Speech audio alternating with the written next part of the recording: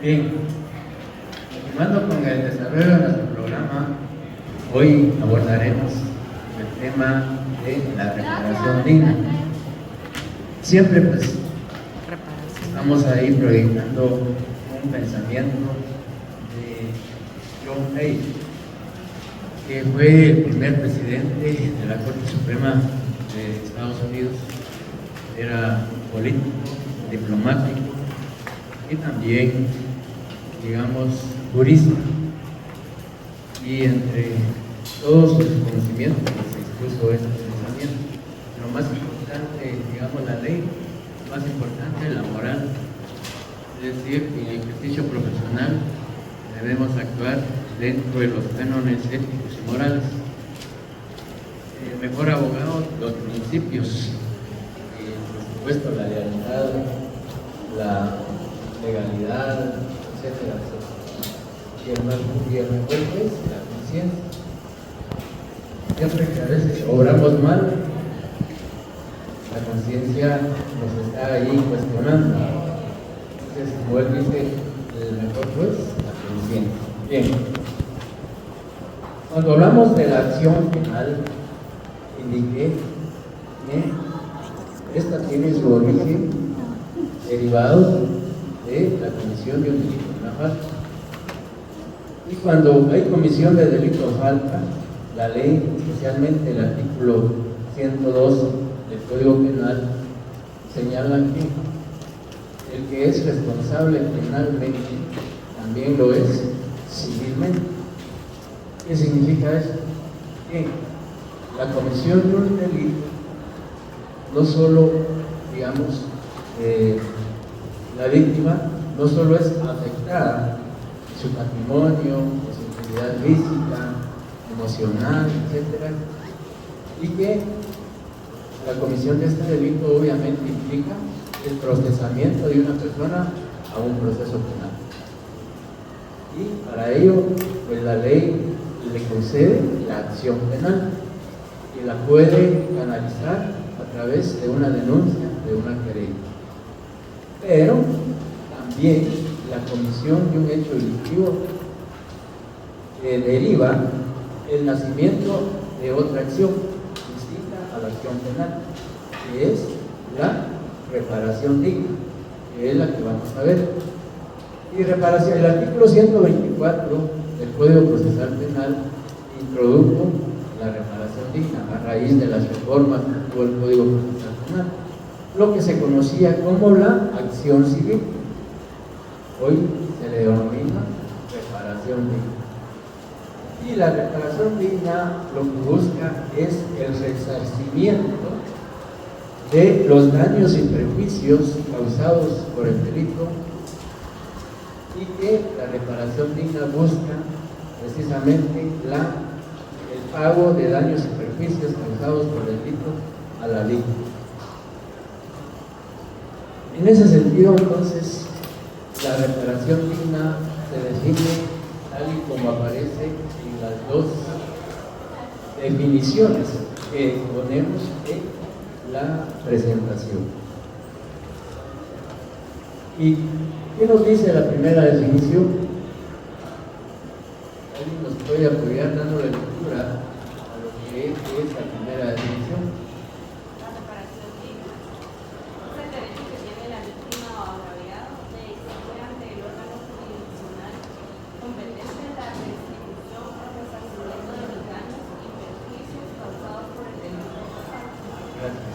Bien, con este criterio o esta definición, claramente se establece que la reparación digna lo que persigue la finalidad de que la víctima, el agraviado u ofendido del delito, accione civilmente, promueva la reparación digna para obtener una responsabilidad civil del sindicado.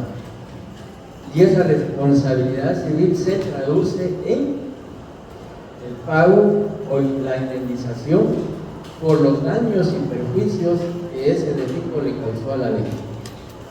Por un lado tenemos la acción penal, que busca el el procesamiento del sindicado al proceso penal por la comisión de ese delito. Por otro lado, tenemos la reparación digna, que lo que busca es el pago de responsabilidades civiles del sindicado por haber cometido ese delito o esa falta. La reparación digna, básicamente, su finalidad es la obtención del pago de daños y perjuicios por parte del sindicado a la víctima por haber cometido un delito o una falta en su contra. Por eso se dice que es el derecho que le asiste, que le compete a la víctima. Por supuesto, si la víctima no desea accionar civilmente, pues sencillamente no promueve la reparación digna.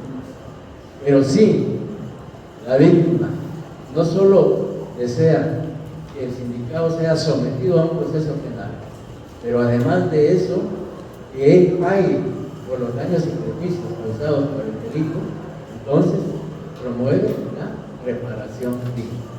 La reparación digna es, podemos decir, lo que antes el Código Procesal Penal denominaba como la acción civil, ¿ya?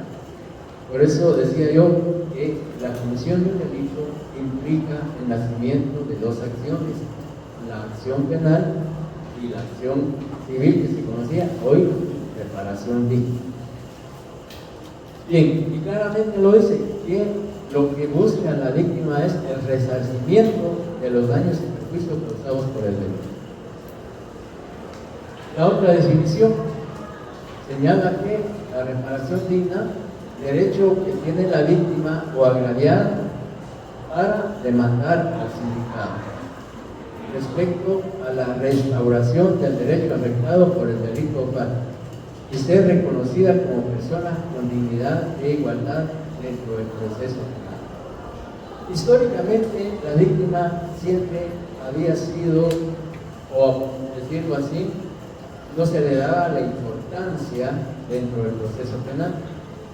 La víctima prácticamente estaba relegada a un tercer, cuarto plano, porque el proceso penal le daba más importancia, auge a los derechos del sindicado. Hoy pues, el Código Procesal Penal en ese sentido ha tenido un buen desarrollo y ha tratado de proteger de mejor manera a la víctima de un hecho delictivo. Y una forma de manifestar esa protección, esa tutela jurídica hacia la víctima, precisamente es que el Código Procesal Penal, en el artículo 124, establece el derecho que le corresponde a la víctima de un delito de promover la reparación. Y encontramos el fundamento de la reparación digna en los artículos 124, que es el específico del Código Procesal Penal, el artículo 338, 382, 393 y 538 del Código Procesal Penal. Pero además encontramos también su fundamento en el artículo 112 al 122 del Código Penal. Y también el Código Civil se refiere a lo que es la acción civil a partir del artículo 1645 al 1673. ¿Y por qué el Código Civil? Pues sencillamente porque el Código Civil tiene dentro de ese cuerpo normativo, se regula la acción civil, ¿ya? Que busca el pago de daños y perjuicios o deducir responsabilidad civil al sindicato.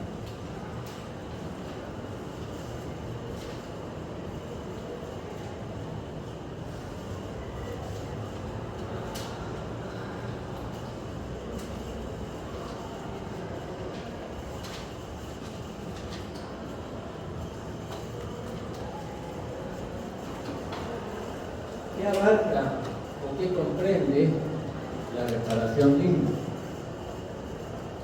Primero, la restauración del derecho afectado por el delito o falta. Es decir, cuando se habla de la restauración del derecho afectado por por el delito es que a través de la reparación digna, la víctima se va a dar por satisfecha de una forma de poder compensar ese daño causado por el delito. O sea, hay un derecho afectado. Entonces, al promoverse la reparación digna, pues se trata de que el Estado proteja, que el Estado, en efecto, digamos, provea a la víctima una tutela judicial efectiva, garantizándole el ejercicio de ese derecho. Luego también se dice que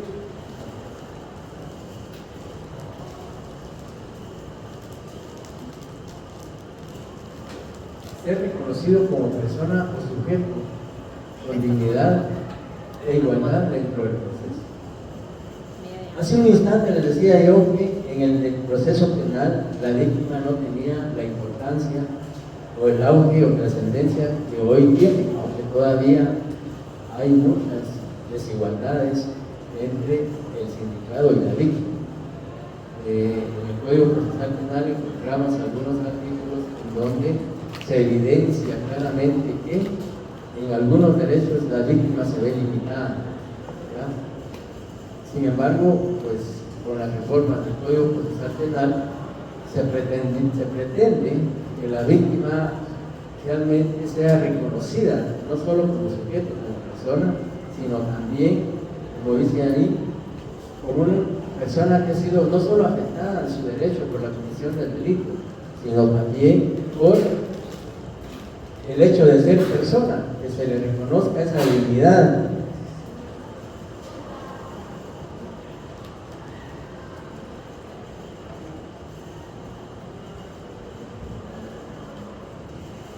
Luego dice lograr su reincorporación social a fin de disfrutar o hacer uso lo más pronto posible del derecho afectado en la medida que tal reparación sea humanamente posible.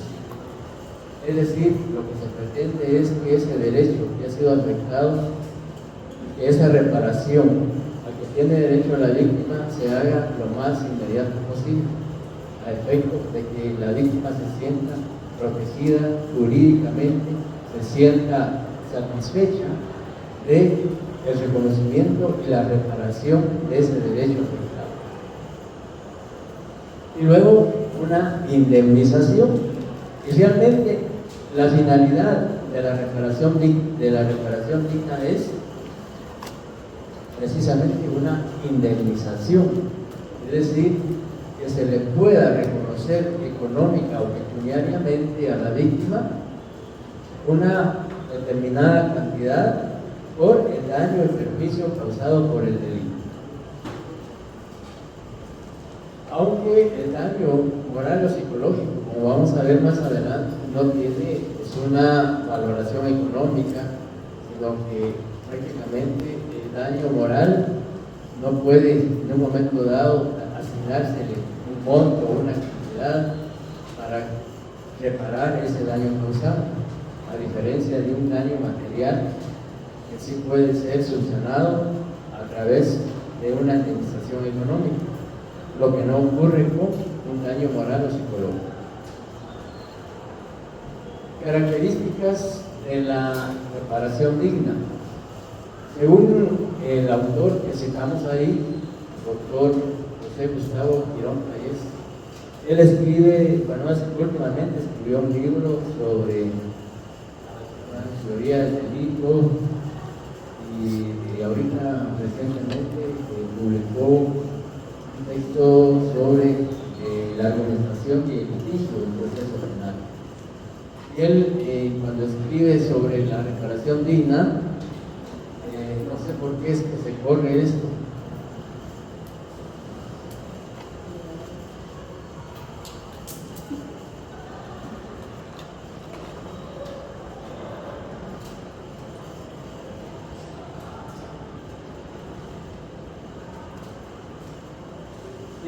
Características.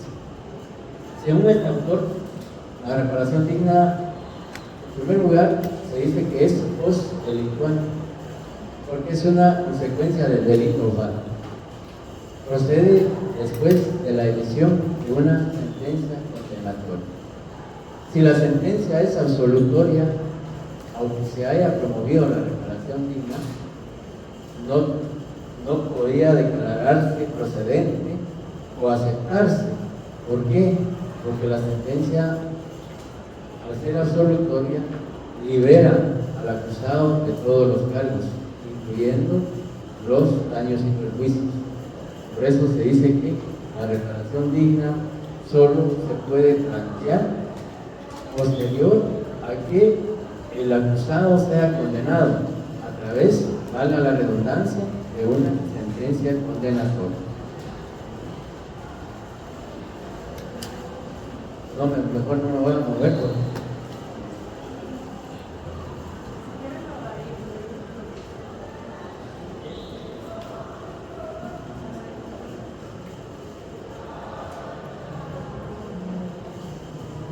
bien.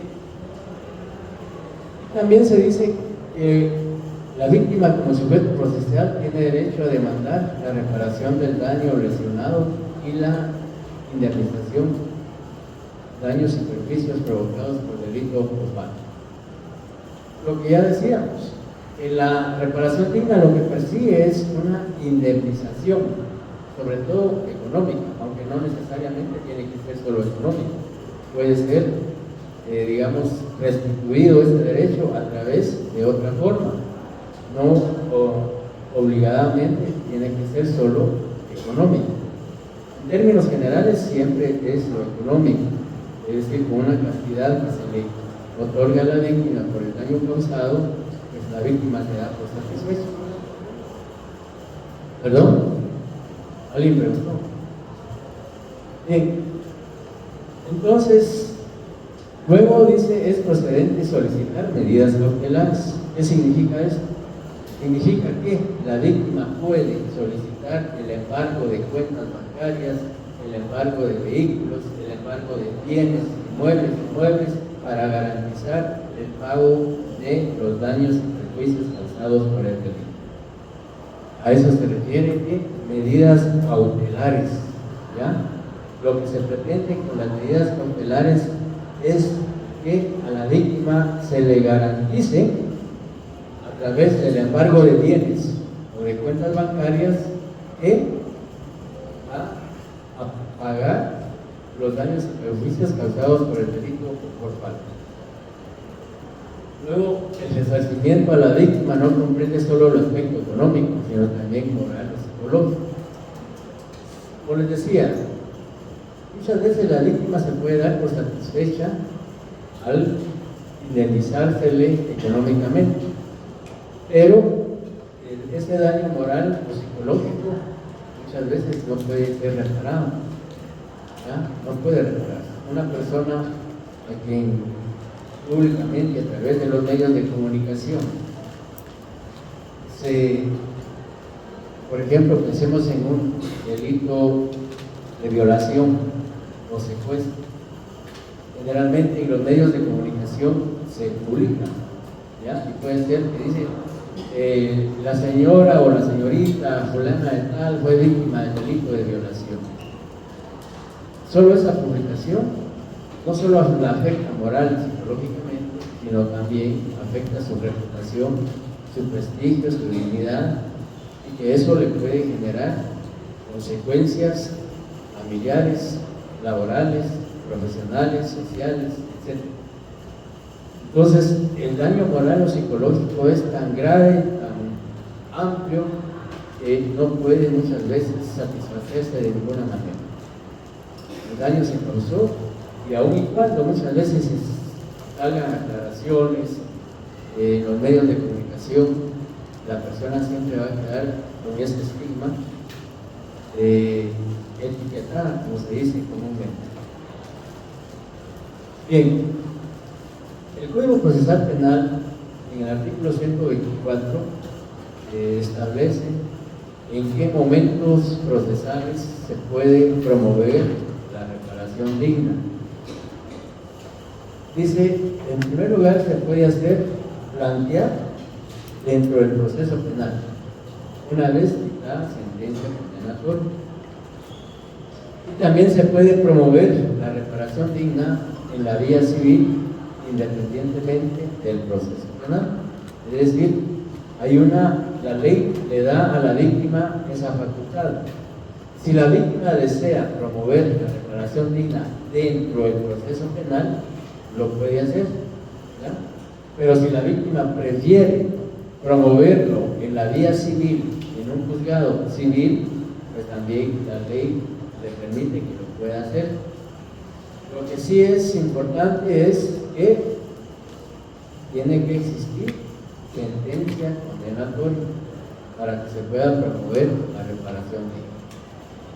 Y además, para promover la reparación digna, la víctima tiene que manifestar el monto que considera el pago de daños y perjuicios. Es decir, tiene que ser específico en el monto económico que pretende como consecuencia de los daños y perjuicios causados por el delito, pero además presentar las pruebas correspondientes para acreditar que, en efecto, imaginemos que pida 1 millón de quetzales, pues tendrá que acreditar por qué es que ella está exigiendo 1 millón, porque incurrió en gastos médicos, incurrió en una serie de situaciones, pues tendrá que acreditar facturas, certificaciones, documentos, etcétera, para probar que el monto que está solicitando sí está de acuerdo a el daño o perjuicio causado por el delito. Por supuesto, eso lo va a revisar el juez y eso, el monto puede variar más o menos, todo dependerá de las pruebas que presente la víctima. Entonces, se puede hacer, si gusta, tenemos el artículo 124, aquí rápidamente, por favor, del Código Procesal Penal. Alguien le puede dar lectura. Artículo 124. Artículo 124. Derecho a la reparación digna. La reparación a que tiene derecho la víctima comprende la restauración del derecho afectado por el hecho delictivo, que inicia desde reconocer a la víctima como persona, con todas sus circunstancias como sujeto de derechos contra quien recayó la acción delictiva, hasta las alternativas disponibles para su reincorporación social a fin de disfrutar o hacer uso lo más pronto posible del derecho afectado, en la medida que tal reparación sea humanamente posible y, en su caso, la indemnización de los daños y perjuicios derivados de la comisión del delito. Para el ejercicio de este derecho deben observarse las siguientes reglas. Número 1.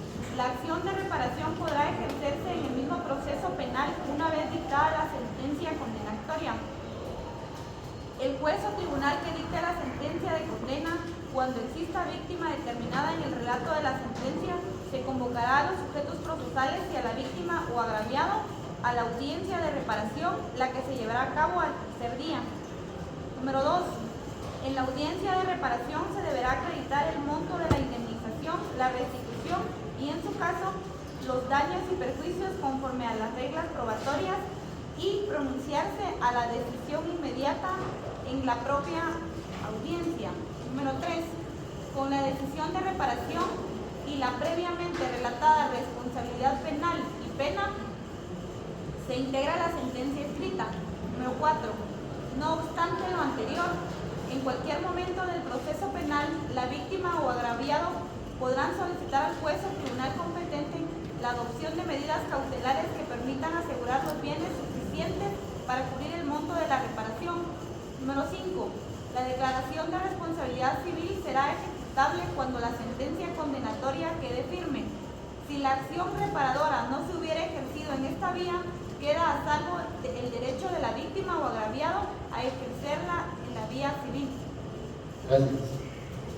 Bien, como ustedes pueden ver, el artículo pues recoge prácticamente todo lo relacionado a la víctima, por eso es que es extenso, porque ahí el Código Procesal Penal no solo le indica el artículo citado, que comprende la reparación digna, sino también la oportunidad procesal para promoverla. También indica el artículo puede hacer por la vía penal y por la vía civil. Y también señala que se pueda lo más inmediato posible que se repare ese daño y perjuicio causado a la víctima por el delito.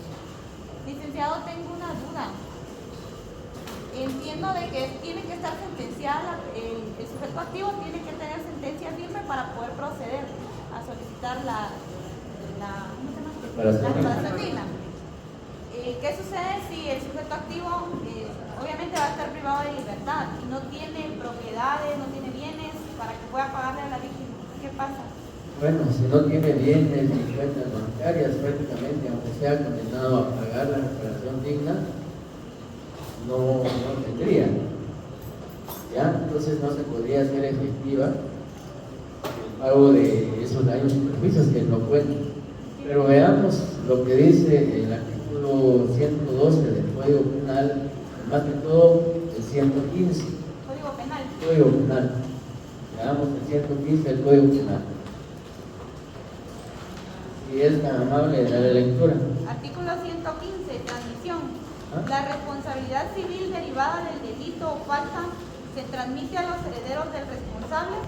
Igualmente se transmite a los herederos del perjudicado la acción para hacerla efectiva. Sí, pero imaginemos que el sindicado en sí no tiene bienes ni tiene cómo reparar el daño o perjuicio causado por el delito, pero si sus herederos, sus parientes sí tienen, como dice el artículo 115, entonces responderían los herederos o las personas, y los herederos tienen recursos, pues ellos prácticamente cubrirían esta indemnización, de acuerdo a lo que dice el artículo 115. Pero si tampoco los herederos tienen, pues prácticamente no se podría ejecutar esa reparación digna. ¿Con qué? Digamos, el sindicado va a pagar, por ejemplo, que el juez haya aceptado la reparación digna y obligue al sindicado a pagarle, póngale 50,000 a la víctima. Si no tiene bienes, no tiene dinero, ni la familia, prácticamente no se puede ejecutar, no puede cumplir, se quedaría ahí nada más por escrito. ¿Ya? Ahora vamos a ver más adelante lo que es el tercero civilmente demandado. Y hay situaciones en las cuales un tercero puede responder por el pago de daños y perjuicios por el delito cometido por el imputado. Pero ahorita, adelantito, vamos a explicar eso. Pero lo que usted señalaba, si no tiene recursos, ni él ni su familia, pues definitivamente, hasta que él algún día llegue a tener, pues para poder la víctima ser indemnizada. Mientras no tenga, ahí se quedará. Pero no prescribiría la deuda. Sí, vamos a ver también la prescripción de acuerdo al Código Civil. Porque si no cubre la víctima. Sí, bueno, hay prescripción en cuanto al ejercicio de la acción civil, que es 1 año. Lo vamos a ver ahorita en los artículos del Código Civil. Bien. Luego encontramos alguna duda o pregunta más antes de continuar. Bien, entonces, ¿qué daños se ocasionan por la comisión de un delito falso? Primero, pues, ¿qué es un daño? ¿En qué consiste el daño? Fácilmente se puede entender que el daño dice afectación que sufre la víctima y sus derechos derivados de la comisión de un delito falso. Es la lesión de un derecho o interés de la víctima como consecuencia del delito o falta cometida en su contra. Pensemos, y ahí señalamos daños personales, patrimoniales, morales, etc. Entonces, cuando la víctima o la persona es víctima de la comisión de un hecho delictivo, sufre un daño indudablemente, que puede ser patrimonial, personal, patrimonial, moral. Siempre la comisión de un delito va a dejar secuelas, va a causar una alteración en la víctima. Y eso pues, se conoce comúnmente con el nombre de daño. ¿Y qué daños se le puede causar a una víctima como consecuencia de la comisión de un delito o falta? En primer lugar, daños personales. ¿Y en qué consisten esos daños personales? Dice, cuando afectan directamente a la víctima, a la persona de la víctima, tanto física como psicológica. Una persona va por la vía pública y otra, mediante violencia, luego de intimidarla con un arma, la despoja de sus bienes. Pues ahí hay una afectación directa de la víctima, ¿ya? Que fue despojada de sus bienes, ¿ya? En forma directa y personal se le afectó. Y esa afectación no puede consistir únicamente física, sino también psicológica. Ambas concurren, porque puede ser que al momento de arrebatarle a la persona sus objetos se le haya causado alguna lesión, ¿ya? Imaginémonos que portaba un reloj y al arrebatarle el reloj, sobre todo si es de metal, la pulsera, le pudo haber causado alguna lesión. Entonces ahí hay un daño físico. Y también el daño psicológico, porque cuando una persona es víctima de un delito, emocionalmente queda mal, ¿ya? Es más, hasta con traumas, con delirio de persecución, con temor, etc. Entonces, el shock, para usar un término común, que le provoca a una persona la comisión de un delito es el daño psicológico, que muchas veces puede ser muy fuerte, que necesite tratamiento psicológico, psiquiátrico o de otra naturaleza. El daño patrimonial, cuando la afectación ocurre sobre el patrimonio o bienes de la víctima. En el ejemplo de la sustracción del reloj, pues no solo un daño físico emocional, sino también un daño material o patrimonial, porque la víctima, al ser despojada de su reloj, pues obviamente se le afectó en su patrimonio, en sus bienes, ¿ya? Y el daño moral. El daño moral, dice, son los que afectan la personalidad, los sentimientos, la dignidad y la estima social de la víctima. Les decía que el daño moral no puede cuantificarse económicamente, ni puede, digamos, establecerse materialmente, lo que el daño es mental, es emocional. Y muchas veces el daño mental y emocional es mucho más grave que el daño físico, porque una herida con el tratamiento médico adecuado pues puede sanar fácilmente, pero un daño moral y psicológico puede llevar mucho más tiempo en sanar, y a veces aún con tratamientos psiquiátricos, psicológicos o terapéuticos no es fácil superar un daño psicológico, sobre todo en determinados delitos como secuestro, trata de personas, abusos sexuales, etc. Sobre todo en delitos sexuales. Hay casos en los cuales las víctimas han intentado suicidarse porque no superan ese trauma, esta estigmatización que sufrieron, y muchos se han suicidado.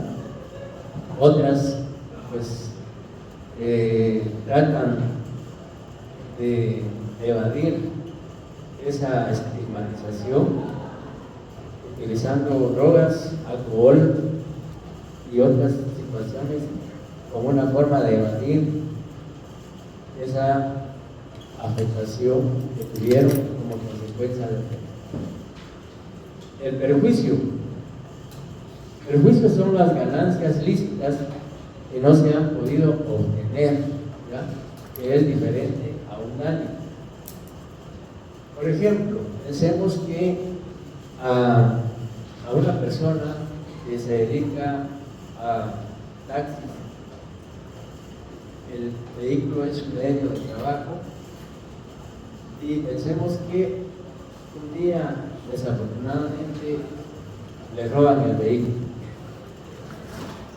se quedan sin trabajo porque ese era su trabajo, pues el vehículo le servía para prestar el servicio de taxi.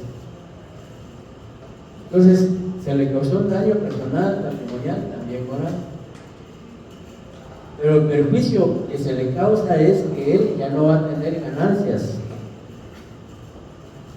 por ya no poder trabajar o dedicarse a ser taxista.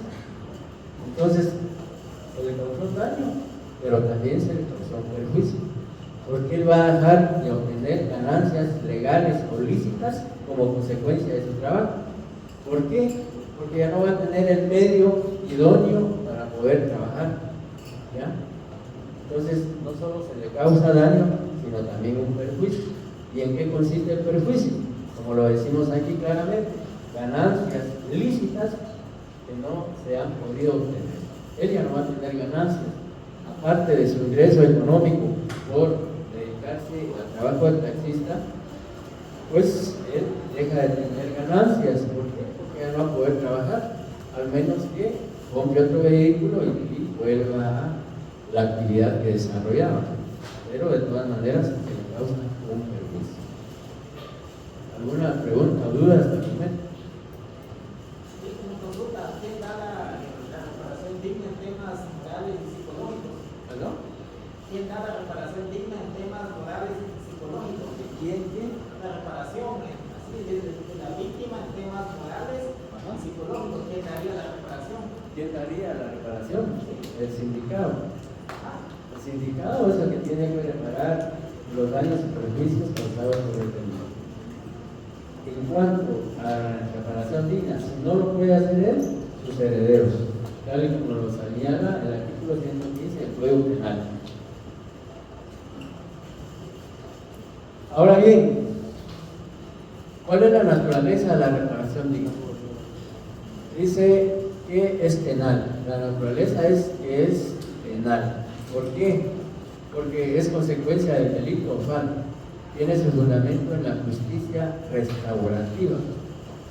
La justicia restaurativa, como su nombre lo indica, lo que busca es, valga la redundancia, por eso se llama justicia restaurativa, porque lo que se pretende con esta justicia es restaurar el derecho afectado a la víctima, indemnizarla, reconocer que ha sido violado su derecho y como consecuencia de esa vulneración a ese derecho, pues hay que repararse. Por eso se llama justicia restaurativa. Hay muchas formas de reparar los daños y perjuicios causados por el delito. Primero encontramos la restitución. ¿Y qué es la restitución? Dice, acto de devolver una cosa o bien a quien antes la tenía en virtud del derecho de reivindicación del derecho de propiedad.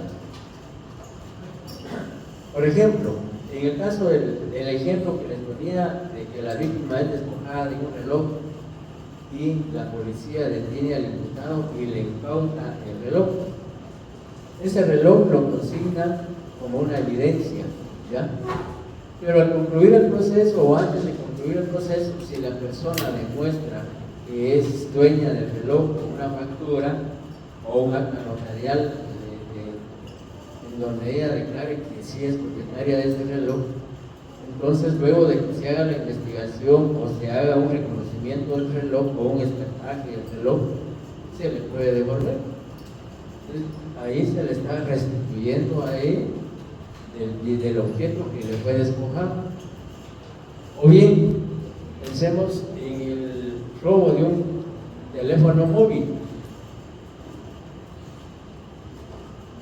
Si es localizado ese teléfono móvil en poder del sindicato y la policía lo consigna al Ministerio Público, pues el Ministerio Público, luego de hacer una inspección o de hacer un espectaje sobre el teléfono, y si la persona prueba que es la propietaria del teléfono con la factura respectiva o con un acta notarial en donde ella bajo juramento señala que es la propietaria del teléfono, pues se le devuelve.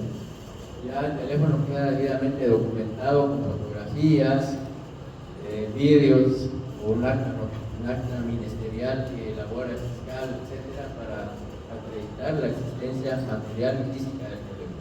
Pero después de que ya no sea útil para la investigación, se le puede devolver a la víctima. Esa es la restitución. La reivindicación dice reclamar o pedir con vehemencia y firmeza una cosa o bien al que tiene derecho por haber sido desposeído ilícitamente del mismo. O sea, si a la persona le roban su teléfono, pues la persona obviamente al acreditar que es la propietaria, pues va a solicitar al Ministerio Público la devolución de ese teléfono.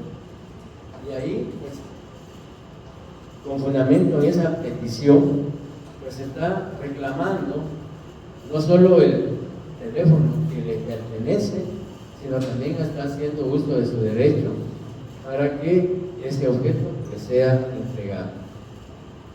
Porque fue desposeído ilícitamente, es decir, se lo robaron. Y afortunadamente apareció, entonces, y reclama su devolución. La restauración o reparación significa volver las cosas al estado o estimación que tenían antes de la comisión del delito.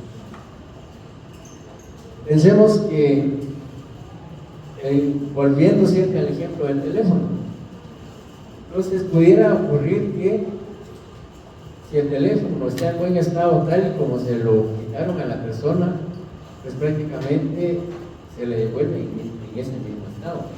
Pero pudiera ocurrir que ese teléfono sufra alguna alteración, pónganle que al arrebatárselo se cayó y se quebró, o que luego cuando se le impactaron el significado ya no tenía el estuche, etcétera. Entonces prácticamente ahí ya no volverían las cosas al estado que estaban, pero sí por lo menos, como dice la definición, significa volver las cosas al estado o estimación que tenían antes de la comisión del delito. Si no se devuelve en el mismo estado en que fue sustraído el objeto, pero sí se devuelve, quizá con alguna alteración, por eso se habla de restauración o reparación. La indemnización es el resarcimiento mediante la entrega de una cantidad de dinero o la donación en pago de un bien o una cosa. Generalmente, los daños y perjuicios que se causan por el delito, la reparación es a través de la indemnización, es decir, se le da a la víctima una cantidad de dinero para reparar ese daño y perjuicio causado por el delito. Sin embargo, como les decía yo anteriormente, no necesariamente tiene que ser una cantidad económica, sino que puede ser a través de otro objeto, de otro bien.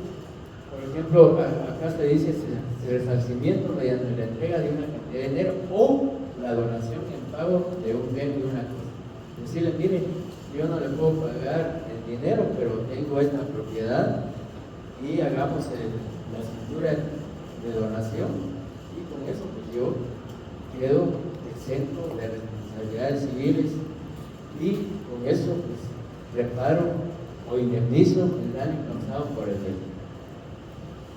O bien, mire, le doy este vehículo porque no le puedo dar una cantidad económica, pero tengo este vehículo que puede, digamos, el monto, el valor puede, digamos, cubrir la cantidad que usted está solicitando como indemnización por el daño y perjuicio causado por el delito. Esas son básicamente las formas de reparar un daño o perjuicio causado por el delito. Licenciado, fíjese que tengo una pequeña duda de una conducta. Yo en cierta ocasión tuve un incidente con un motorista y pues el motorista iba ebrio, pero en ese momento pues como se llevaron al hospital, se lo tuvieron que llevar a él, o sea, se llevaron los dos vehículos consignados. El problema es que mi vehículo, cuando yo, o sea, de hecho que en las cámaras todos se dieron cuenta que sí él tuvo la culpa. Pero cuando quise recoger mi vehículo, pues estaba desmantelado. En ese caso, ¿a quién le correspondería resarcir los daños? ¿A la persona motorista o al entidad? A la entidad. Digamos, y eso es muy común. Por eso es que mucha gente prefiere llevarse su vehículo cuando no es consignado, pero cuando es consignado, la policía tiene la obligación, primero, tiene que facilitar un acta en las condiciones en que fue recibido el vehículo. Exacto. Y si posteriormente, cuando le entregan su vehículo, ya no tiene retrovisores, los aros, etcétera, entonces usted bien puede deducir responsabilidades a la Policía Nacional. ¿Ya? Porque ahí ya el vehículo, si está puesto a disposición de un predio de la Policía Nacional, a partir del momento en que ingresa a ese vehículo, a ese predio, la responsabilidad es de la Policía Nacional. Ellos son los que tendrían que indemnizarlo si su vehículo, que es muy común, ya desmantelado. Licenciado, disculpe, y digamos sería que fue un predio de la municipalidad, También. sería Bueno, a la municipalidad. al alcalde o a alguien que está designado a esa área. Bueno, digamos, el representante legal de una municipalidad puede ser el alcalde, puede ser un sitio. Demandar a la municipalidad como tal. El problema que dicen a uno, por ejemplo, en mi caso, es que me dijo el policía, mira, quítale otro carro, me fui. Bueno, si usted lo hace, incurriría en responsabilidad, ¿sí? Sí, porque por ejemplo, yo cuando fui a ver el carro, sin los aros, batería, ni el equipo de audio, entonces, oye, con lo que usted dice, porque no hace mucho tuve problemas también con alguien que me pegó, y iba ebrio, entonces cuando se bajó y dice, ¿qué pasó? Solo vi que se paró, agarré mi carro y me fui, me salía mucho más barato a mí, y yo, no, para que no tenemos otro, entonces pasa lo mismo, ¿verdad? Sí, lamentable y tristemente así es. Y ese es un vicio que no se ha podido superar. En algún tiempo se trató de controlar eso, porque es muy común. Pues quizás yo siento que sí, ya no es como otros años, pero siempre se da. Porque sí, muchos han deducido responsabilidades a la policía por eso. Porque supuestamente la policía es garante, ¿no? La policía ahí está en una posición de garante, es decir, bajo su custodia y responsabilidad está el vehículo. Entonces ellos tienen que garantizar que ese vehículo no sufra ninguna alteración o que sea, como usted dice, desmantelado. Y si se da, pues deducir responsabilidades a la policía por eso. Bien, ahora veamos los artículos del Código Civil, por favor, porque hoy tienen clase de civil, ¿verdad? Yo sí prefiero el Código Civil, aunque no tengan el procesal penal, por lo menos el civil. El 1513 y el 1673, lo que hablaba ahí la compañera, la prescripción y la...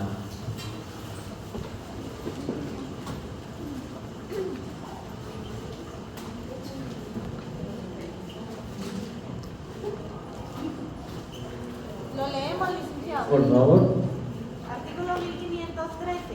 Prescribe en un año la responsabilidad civil previniente del delito o falta, la que nace de los daños o perjuicios causados en las personas. 1673. Digamos, la víctima de un delito tiene un año para promover los daños y perjuicios causados por el delito. Pasado ese año, si lo promueve un año o un día después del año transcurra, la puede promover, la puede plantear, pero lo más probable es que la rechacen por el temporal, porque no fue planteada dentro del plazo que establece la ley, que en este caso es de un año. Por favor, el otro. Artículo 1673. La acción para pedir la reparación de los daños o perjuicios a que se refiere este título prescribe en un año, contado desde el día en que el daño se causó o en que el ofendido tuvo conocimiento del daño o perjuicio, así como de quién lo produjo. Estos dos artículos claramente dicen que el plazo para promover la acción civil o para obtener el pago de daños y perjuicios causados por el delito debe hacerse dentro del plazo de un año. Si se promueve después del año, como les decía, lo puede promover, lo puede plantear, pero lo más probable y seguro es que se lo rechacen por extemporáneo.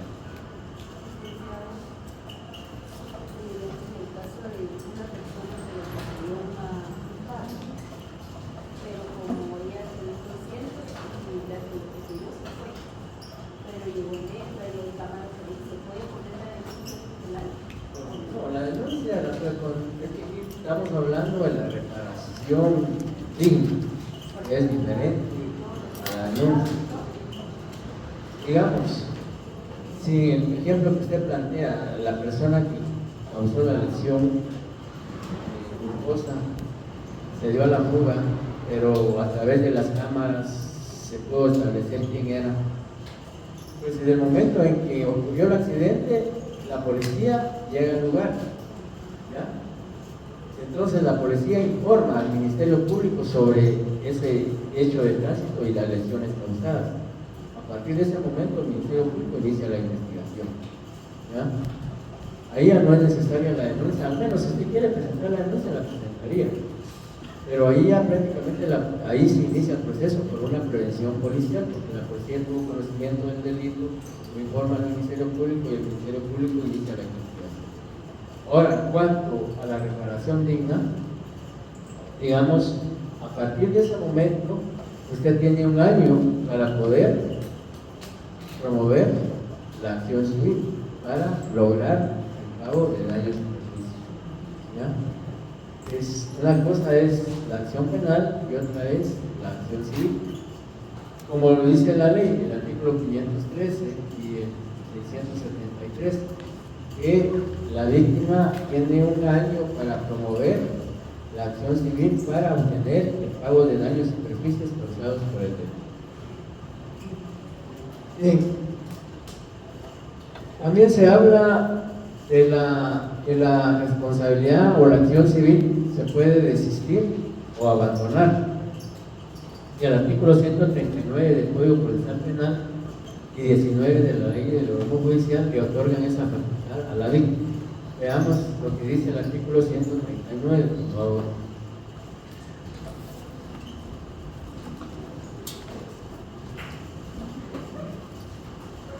¿Lo leo? Por favor. Artículo 139, exclusión. La exclusión, el desistimiento o el abandono del actor civil hará cesar la intervención del tercero civilmente demandado. ¿Ah?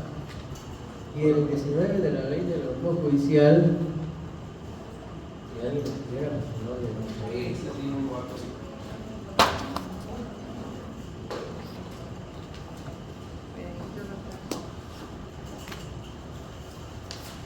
19 dijo, ¿verdad?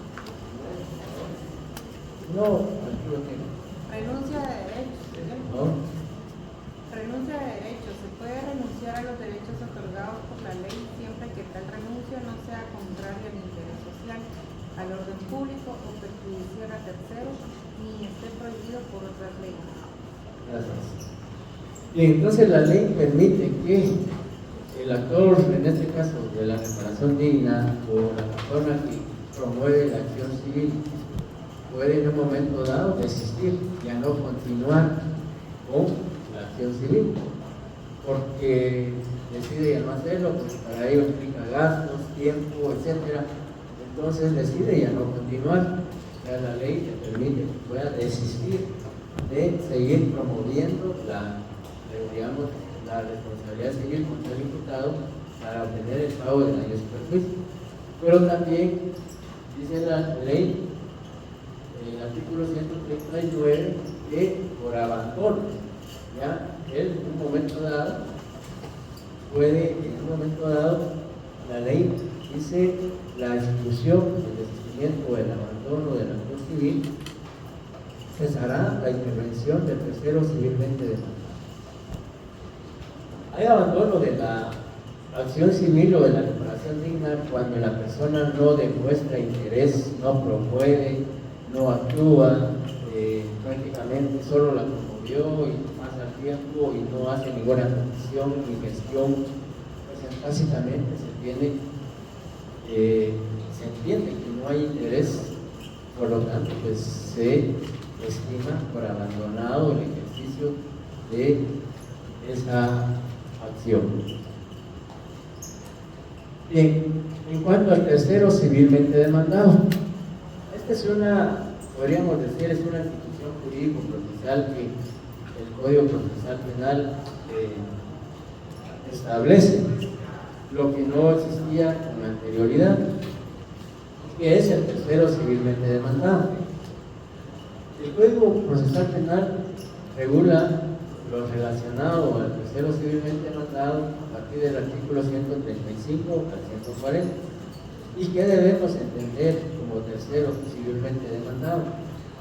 Pues acá claramente se dice que el tercero civilmente demandado es la persona jurídica o individual o colectiva que por previsión directa de la ley es demandada dentro del proceso penal por quien ejerce la reparación digna, a efecto de que responda por los daños y perjuicios causados por el imputado como consecuencia de la comisión del delito o falta.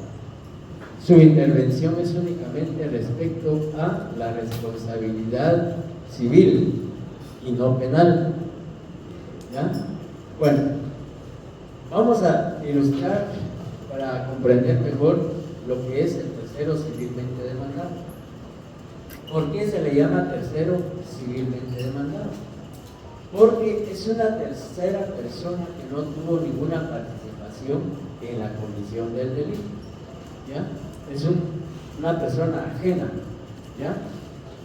Sin embargo, la ley establece que si el sindicado no tiene recursos, medios económicos para pagar daños y perjuicios y es empleado de una empresa, pues entonces la empresa puede responder por esos daños y perjuicios causados por el delito cometido por el imputado.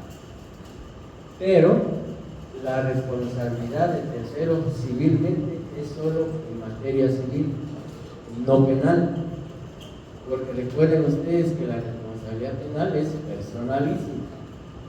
Y a un tercero, a una persona que no ha tenido ninguna participación en la comisión del delito, pues penalmente no se le puede imputar la comisión del mismo.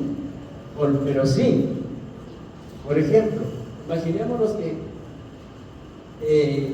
un conductor de un transporte colectivo, de los famosos autobuses que tanto accidente existen,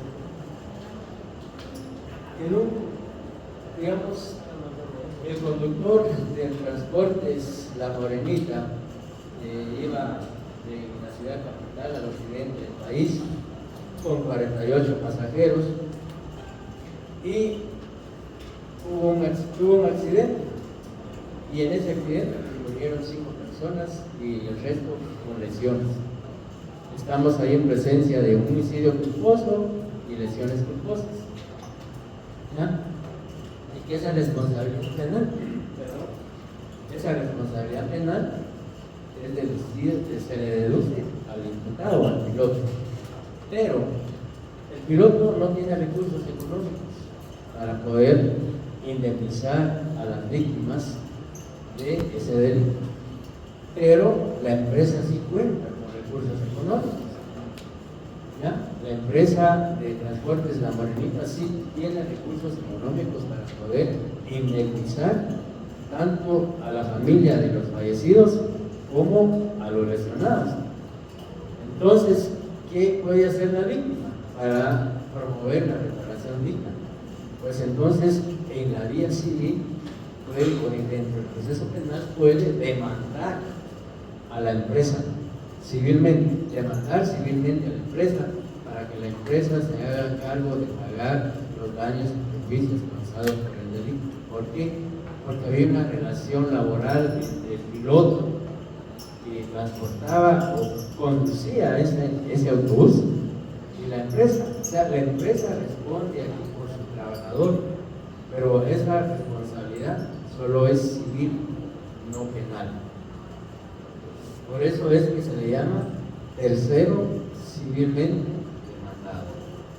El tercero civilmente demandado, a él no se le puede deducir responsabilidad penal, que él no participó en la comisión del delito, pero sí, por ser la empresa, por contar con recursos y medios económicos para poder indemnizar a las víctimas de ese hecho de tránsito, entonces se le puede demandar, ¿ya? Para que sea la empresa la que responda por esos daños y perjuicios. Licenciado, fíjese que lo que usted tocaba el tema, hoy en día, por ejemplo, la mayoría de buses de transporte deben contar con seguro, pero ¿qué pasa cuando el seguro no quiere hacerse cargo? Porque tal sucedió de que, por ejemplo, el seguro dice que no se quiere hacer responsable. Siempre mandaría uno al propietario, porque la idea de tener seguro es que cubra los accidentes. Sí, tenga o no tenga seguro la empresa, pues si, digamos, la víctima tiene o ejerce la reparación digna para obtener el pago de daños y perjuicios, pues obviamente si el sindicato no tiene medios, entonces para eso la ley, precisamente para garantizar el derecho de las víctimas, es que el Código Procesal Penal introdujo esta institución procesal de tercero civilmente demandado.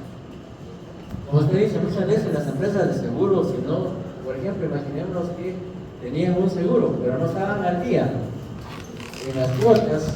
Generalmente, si uno no está al día en el pago del seguro, el seguro no cubre. O puede ocurrir otra causa, que recuerden ustedes que en los contratos de seguros hay una cantidad de cláusulas y que muchas veces el seguro no cubre. Imaginémonos que el piloto conducía bajo efectos de licor, ¿ya? Entonces si el seguro determina que el piloto conducía bajo efectos de licor porque le hicieron la prueba de alcoholemia y establecieron que en efecto sí iba a efectos de licor, el seguro dice, mire, el seguro no se responsable. ¿Por qué? Porque el piloto iba bajo efectos de licor.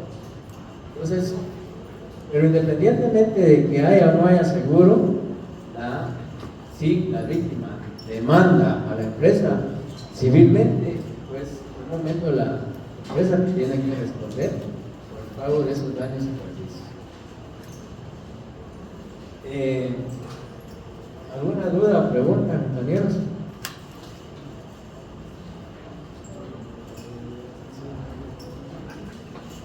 No hay tanto bien.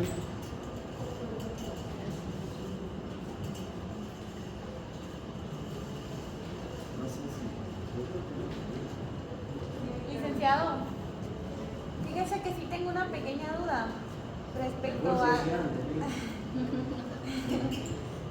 es que hay una opción para poder tomar la acción en el proceso penal, pero ahí no hay que esperar la sentencia, ¿o también?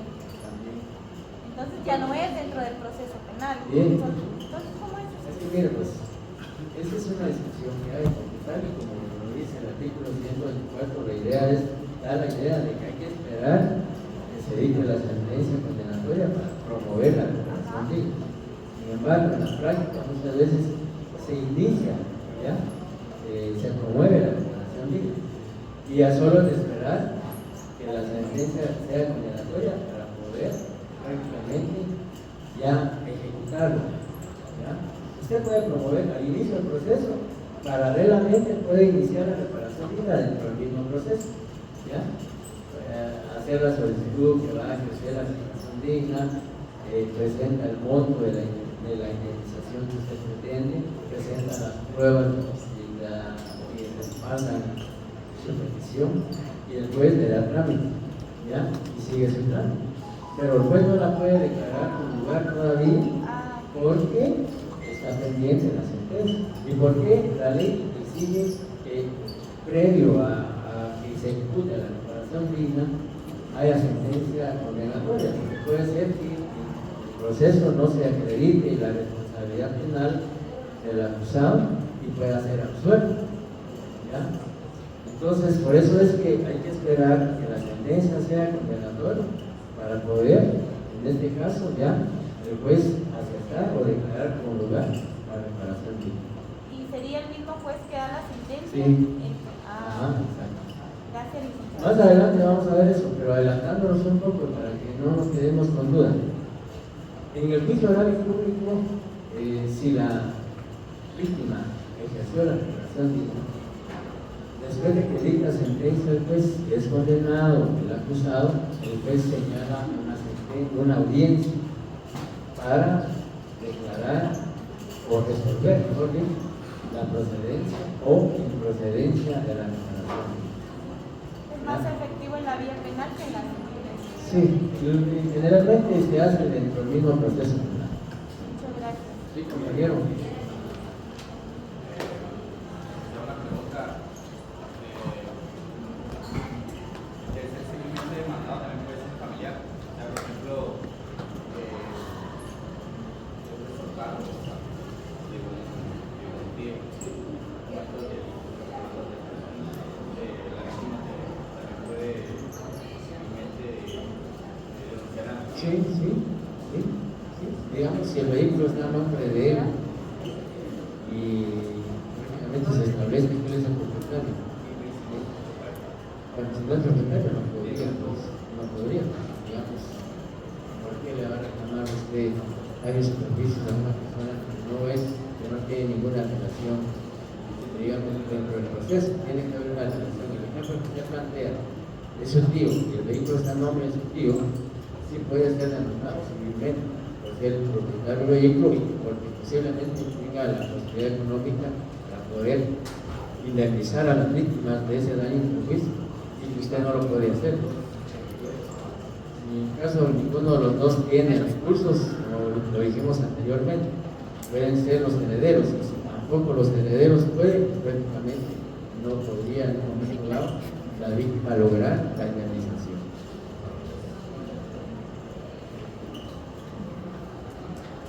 Bien, si no hay más preguntas y dudas, entonces hasta aquí incluiríamos los temas del examen primer parcial. Ya el día martes dimos las indicaciones en cómo, digamos, el contenido del primer examen parcial, la metodología que vamos a utilizar. Y hasta aquí este es el último tema, ya que la otra semana pues bueno, vamos a averiguar, porque muchas veces en coordinación nos indican que si no, digamos, se ha acostumbrado de que durante exámenes no hay clases, pero hay algunas coordinaciones que sí indican que hay que dar clases. Vamos a establecer si la coordinación del sexto semestre indica que no se puede dar clases durante exámenes, pero obviamente había que respetar esa decisión. Pero si por el contrario nos dicen que si ese día que nos toca dar clases no hay examen, pues podemos dar clases, ¿verdad? Ahí se les estará informando por el chat de los grupos si martes tenemos o no clases. Descanse, licenciado.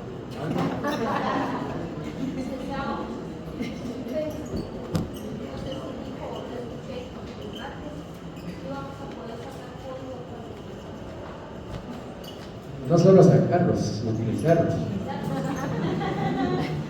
no los puedes sacar, los ponemos ahí en su escritorio. Así hay que sacarlos, leerlos, utilizarlos. Y espero que los utilicen y apliquen bien.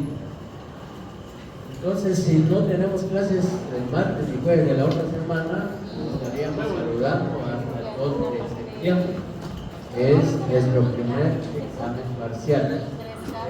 La otra semana les vamos a mandar esta presentación y la correspondiente de la acción penal.